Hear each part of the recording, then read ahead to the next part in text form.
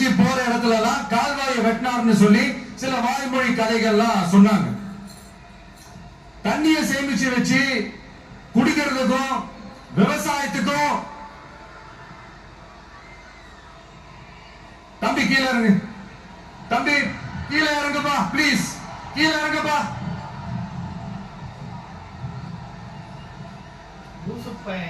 Okay, thank you, கீழே இறங்கு, கீழே இறங்குப்பா. நீ இறங்கினாதான் புத்தம் கொடுப்பேன்.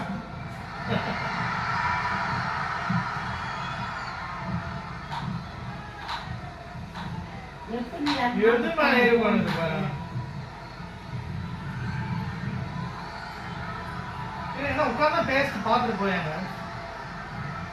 மேல ஃப்ளைட் லிஸ்ட் கொடுக்குறாரு, இது மேலே ஏறிங்க.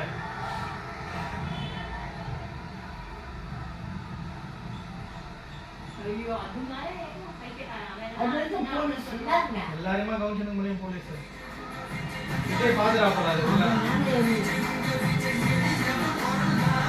கோவப்பட்டா போல மூல கோவம்.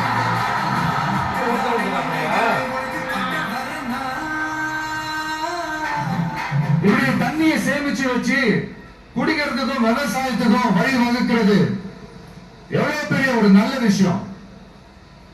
சோ இந்த மாதிரி நல்ல விஷயங்கள்லாம் செஞ்சிட்டு கதைகள் சொன்னா பரவாயில்ல, எதுவுமே செய்யாம கதைகளை மட்டும் அடிச்சு விடுறது எப்படி? அத்திக்கடவு அவிநாசி திட்டத்தை இன்னும் விரிவுபடுத்தினா அந்த 3 மாவட்டத்தில் இருக்கிற லட்சக்கணக்கான மக்களுக்கு எவ்வளவு பிரயோஜனமா இருக்கும். எத்தனையோ லட்சம் ஏக்கர் விவசாயம் நடத்தினா எவ்வளவு பிரயோஜனமா இருக்கும். ஏன் அதெல்லாம் பண்ண மாட்டேன்றீங்க? வள்ளுவர் கோட்டத்துக்கு காட்டுற அக்கறைய நீங்க மக்கள் வாழ்வாதாரத்துல கொஞ்சம் காட்டலாம்ல, ஏன் காட்ட மாட்டேன்றீங்க? நீங்க என்ன கவர்மெண்ட் நடத்துறாங்களா இல்ல கண்காட்சி நடத்துறாங்களா?